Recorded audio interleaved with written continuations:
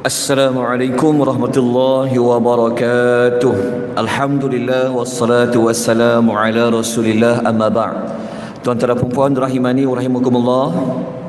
Pagi ini kita menyambung, kita membaca kembali ayat yang ke 20. Minggu lepas kita dah baca ayat nombor 21. Jadi kita baca ayat yang ke-22. Ya, ayat yang ke-22. A'udzu billahi minasy syaithanir rajim. Wa makaru makran kubbara. Wa makaru, dan mereka telah menjalankan rancangan jahat yang amat besar. Ini adalah luahan Nabi Allah Nuh kepada Allah Subhanahu wa taala terhadap apa yang sedang dibuat, apa yang telah dibuat oleh kaumnya, termasuklah apa yang dijalankan oleh pembesar di kalangan kaum Nabi Allah Nuh alaihi salatu wassalam. Jadi kita telah sebutkan kubbara dekat ayat itu adalah merujuk kepada satu rancangan yang amat besar. Bukan rancangan yang biasa-biasa, tetapi satu rancangan yang amat besar dan amat jahat untuk memastikan Nabi Allah Nuh itu berhenti daripada menyampaikan dakwah. Jadi untuk mengetahui antara perkara lain yang dilakukan oleh pemuka kaum Nabi Allah Nuh, kita boleh rujuk contohnya dalam suratul Al-A'raf ayat 60, ayat 62. Kita mendapati dalam ayat ini Allah menceritakan kepada kita, qala al-mala'u min qaumihi inna lanaraka fi dhalalin mubin. Ini dalam ayat yang lain, ya, bukan dalam surah Nuh, tapi ayat ini membantu kita untuk mendapatkan maklumat apa di antara rancangan jahat itu. Dalam surah Al-A'raf ayat 60 Allah mengatakan ketua daripada kaumnya berkata. Ketua dekat sini ayat yang mala'u, kalimah al-mala'u min qaumihi, ketua daripada kaumnya berkata, inna lanaraka fi dhalalin mubin, sesungguhnya kami melihat engkau wahai Nuh ini berada dalam kesesatan yang nyata.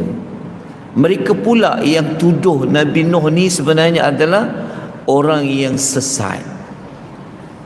Sebenarnya mereka lah berada dalam kesesatan, tapi mereka menuduh bahawa Nabi Nuh ini sebenarnya adalah orang yang sesat. Tetapi Nabi Allah Nuh memberikan jawapan balas. Nabi Nuh kata, qala ya qaum, wahai kaumku. Tengok, Nabi Allah Nuh masih lagi menggunakan ungkapan yang baik kepada kaumnya. Dia tidak mencela kaum dia, tapi tetap dia panggil wahai kaumku. Dia kata, laisa bi dhalalatun walakinni rasulun min rabbil alamin. Dia kata, aku ni tak sesat, dia kata, tetapi aku adalah seorang rasul, seorang utusan daripada Tuhan sekalian alam. Lepas tu Nabi Allah terang lagi. Dia kata, uballighukum risalati rabbi wa ansahu lakum wa a'lamu minallahi ma la ta'lamun.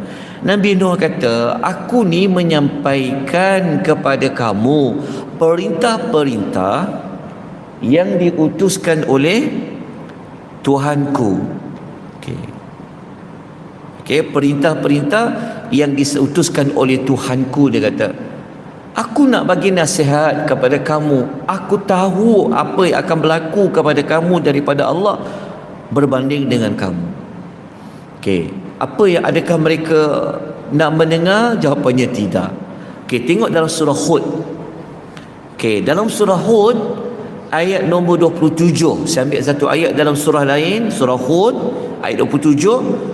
Allah menyebutkan qala al-mala'u alladhina kafaru min qaumihi, maka ketua-ketua yang kafir daripada kaumnya berkata, dia orang ni tolak Nabi Nuh. Mereka kata, Nuh, engkau ni sebenarnya bukan rasul utusan Allah, engkau ni sama manusia macam kami. Maksudnya mereka tak percaya Nuh adalah utusan Allah, kerana utusan Allah tu juga adalah manusia. Lepas tu mereka kata, kami tak nampak pun golongan yang ikut engkau, yang beriman kepada engkau ni, melainkan orang yang miskin, orang yang hina. Lagi berfikiran singkat. Tengok, kau Nabi Nuh kena. Dia kata, kami tengok orang beriman dengan kau ni bukan orang yang ada pangkat, ada harta, orang miskin yang ikut kau ni. Lepas tu mereka ni semua IQ dia rendah. Dan ketua-ketuanya kutuk Nabi Allah Nuh dengan orang beriman. Dan kami tak nampak pun engkau ni ada sebarang kelebihan mengatasi kami. Yang kau dakwa engkau utusan Allah tu, apa kelebihan kau, dia kata. Bahkan kami menganggap kamu adalah seorang penipu, dia kata. Tapi Nabi Allah Nuh dia buat apa? Teruskan berdakwah sampai 950 tahun. Kalau kita kena macam ni, dah tak nak cakap dah lah, kan? Okey, apa pengajaran ayat yang boleh kita belajar daripada ayat 22 tadi? Pelajaran yang pertama, ajaran yang benar ni akan ada sentiasa pihak-pihak yang akan menghalang untuk disampaikan. Maka di antara yang akan halang dalam sejarah, orang yang ada kuasa, orang yang ada pengaruh, ia merupakan di antara batu penghalang terbesar untuk menyampaikan perkara yang benar. So orang dulu macam itulah sampailah ke hari ini. Kalau zaman Nabi Musa, dia bertemu dengan Firaun. Sebab itu dakwah ni halangan besar dia adalah yang ada kuasa, ada pengaruh lah. So dia akan pengaruh orang-orang yang di bawah. Masalahnya yang di bawah itu pun, kita belajar sebelum ini, mereka mengikuti kuasa dan pengaruh itu. Baik, ayat 23. Mari kita lihat secara jelas dalam surah ini, apakah di antara rancangan jahat para pemuka kaum Nabi Allah Nuh. Okay, kita bacakan ayatnya. وَقَالُوا لَا تَذَرُنَّ آلِهَتَكُمْ وَلَا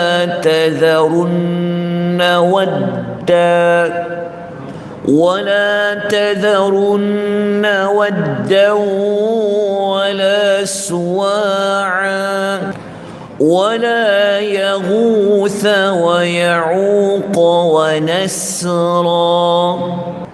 Ayat ini berkaitan dengan ketua-ketua mereka, pemuka-pemuka mereka berkata.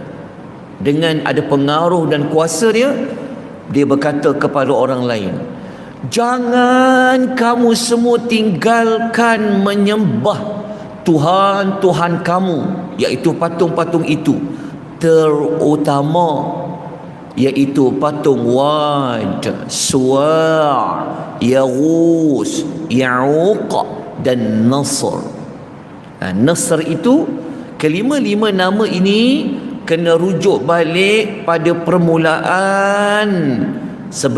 Selepas ayat yang pertama, kita ada sebutkan nukilan daripada Ibnu Abbas radhiyallahu anhuma, apa nama lima ni, Wad, Suwa', Yaghus, Ya'uq, Nasr ni sebenarnya mereka ini asal-asalnya adalah orang saleh yang telah menyebabkan akhirnya mereka ini telah dijadikan gambaran patung, dan akhirnya patung itu disembah.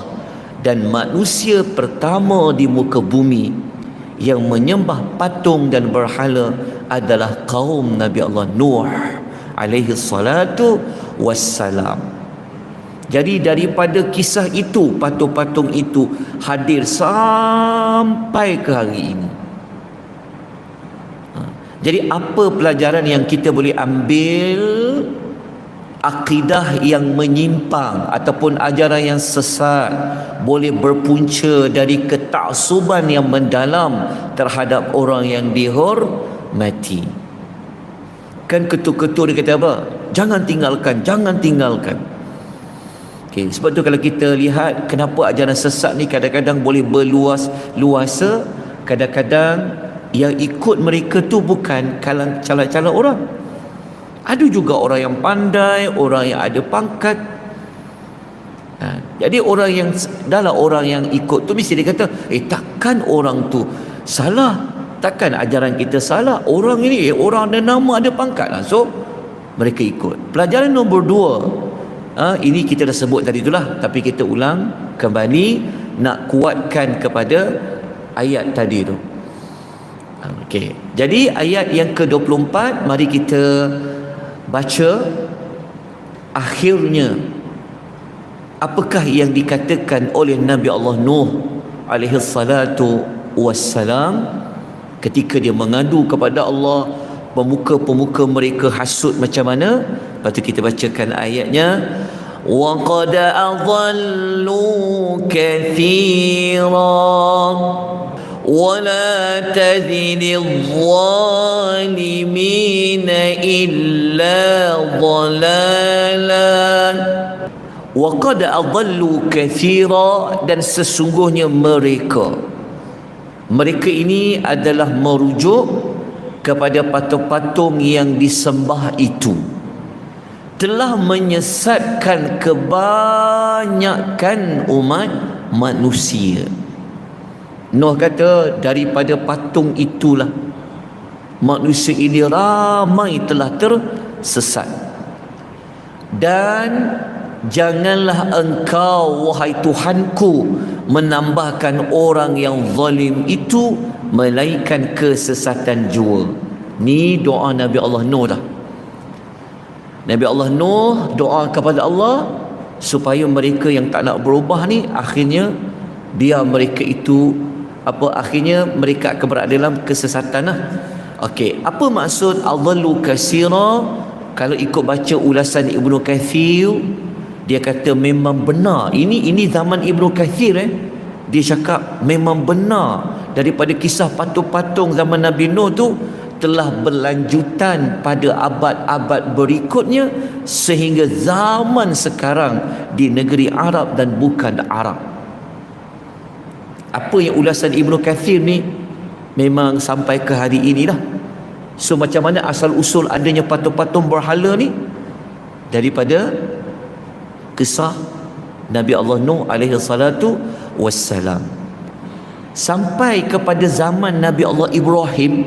Nabi Ibrahim pun pernah berdoa kepada Allah.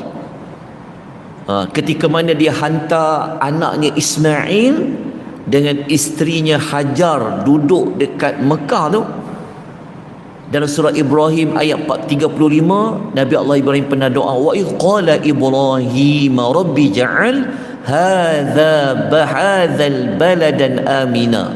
Nabi Ibrahim berdoa dengan berkata, wahai Tuhanku, dia kata, jadikanlah negeri Mekah ini negeri yang aman dan jauhkanlah aku dan anak-anakku daripada perbuatan na'budal asnam, menyembah perbuatan berhala. Tapi ada orang bagi idea buat patung pula kat Arab Saudi. Kan? Mengagungkan sekian-sekian orang, dibuat patung. Mula-mula mungkin orang tak sebab, tapi apabila dibuat patung, mungkin suatu ketika nanti generasi akan mengagungkan patung-patung itu. Nabi Allah Ibrahim dulu doa dah kepada Allah Azza wa Jalla. Okey, apa maksud wala tazidil zalimina illa dhalala? Kata Ibnu Katsir, ini adalah doa Nabi Allah Nuh. Maknanya doa Nabi Allah Nuh ni kata, kalau mereka dah macam tu, biarkanlah mereka dalam kesesatan dah. Sebab apa? Sebab mereka dah angkuh, mereka dah kufur, mereka dah ingkar. Jelas ya? Sebenarnya Ada juga Allah menyebutkan ini adalah doa Nabi Allah Musa. Sebenarnya boleh ke nak doa orang tu berada dalam kesesatan? Jawapannya boleh. Setelah usaha dibuatlah 950 tahun, akhirnya Nuh kata biarkan mereka dalam kesesatan, dah tak nak berubah dah. Sebenarnya apa yang Nabi Nuh buat tu sebenarnya pernah dibuat oleh Nabi Allah Musa. Tengok dekat surah Yunus ayat 88, dia pernah kata Rabbana tumis ala amwalihim washdud ala qulubihim. Musa pernah berkata, wahai Tuhan kami, binasakanlah harta benda mereka dan kuncilah hati mereka, fala yu'minuna hatta yarawul azabal alim. Maka dengan itu mereka takkan dapat beriman sehinggalah mereka melihat azab yang sangat pedih. Okey, kita lanjutkan kepada ayat pengajaran ayat. Maksudnya Nabi Nuh ni didoa supaya mereka ini mati dalam keadaan memilih kesesatan. Okey. Pelajaran yang pertama, ajaran sesat boleh mempengaruhi ramai manusia. Sebab tadi Nuh kata apa? Patung itu menyebabkan ramai orang boleh tersesat. Pelajaran nombor 2, orang yang melakukan kesyirikan akan sentiasa berada di dalam kesesatan. Mereka ingat mereka benar, tapi sebenarnya mereka itulah yang sesat. Baik, adakah permintaan Nabi Allah Nuh itu Allah terima? Kita kena baca ayat nombor 25. Ada lagi lebih kurang dalam beberapa minit lagi, kita ambil kesempatan. Ayat 25 kita baca. Mimma khati'atihim ughriqu فأدخلوا نارا فلم يجدوا لهم من دون الله أنصارا. Okey, ayat ini terjemahannya sebenarnya Allah kabulkan doa Nabi Allah Nuh. Maka doa Nabi Allah Nuh itu Allah menyatakan apa yang Allah akan buat disebabkan pelbagai kesalahan mereka. Okey, kita dah sebut apa antara kesalahan mereka. Mereka ditenggelamkan di dunia masa zaman itu, kemudian mereka akan dimasukkan ke dalam neraka. So ada dua azab, azab di dunia dan azab di hari akhirat. Di dunia mereka akan dibinasakan dengan bentuk mereka lemas, dan di akhirat mereka masuk dalam api neraka. So kalau mereka dah dimasukkan ke dalam api neraka, dah ditenggelamkan, maka tidak akan beroleh seorang penolong selain daripada Allah. Hanya Allah je yang boleh tolong kalau kedua-dua azab itu Allah datangkan. Okey, ini menunjukkan kenapa ada perkataan disebabkan pelbagai kesalahan mereka. Menunjukkan bahawa bukan semata-mata Nuh doa Allah Ta'ala kabulkan, tapi sebenarnya memang mereka ini, kalau Nabi Nuh tak doa pun, sebenarnya memang mereka ini patut untuk diberikan azab. Dalam masa yang sama Nabi Allah Nuh berdoa. Sebab itu kalau kita baca perkataan kenapa ada perkataan mimma khati'atihim tu, kata Ibnu Katsir, betapa banyaknya dosa mereka, betapa banyaknya mereka membangkang dan sikap terus menerus dalam kekufuran dan penentangan mereka kepada para rasul mereka. Sebab tu sedikit lagi kalau baca ulasan Pak Quraish Shihab dalam Tafsir Al-Misbah, dia kata kenapa Allah dahulukan menyebut disebabkan kesalahan. Ini nak menunjukkan dua azab tadi bukan kerana doa Nabi Nuh semata-mata, tetapi sebenarnya memang akibat kedurhakaan mereka. Kita tutup dengan dua pengajaran. Nombor satu, azab di dunia, azab di hari akhirat. Kalau Allah datangkan, memang Allah datangkan itu berdasarkan kepada kesalahan. Bukan Allah suka-suka untuk azab. Kalau Allah nak azab, Allah tak perlu hantar Rasul. Hantar Nuh berapa lama? 950 tahun. Memang patut mereka diazab. Pelajaran nombor dua, tidak ada siapa yang boleh melepaskan dan melindungi seseorang daripada azab Allah Subhanahu wa ta'ala. Okay, moga-moga kita dapat banyak manfaat, dapat memahami ayat-ayat ini, kita dapat mengenang perjuangan Nabi Allah Nuh alaihi salatu wassalam. Jadi syukurlah kepada Allah atas nikmat Islam, atas nikmat iman. Kita sambung lagi esok, mungkin boleh khatam, insya-Allah. Kita sudahi dengan tasbih kafarah dan suratul Asr. Subhanakallahumma wa bihamdika asyhadu an la ilaha illa anta astaghfiruka wa atubu ilaik.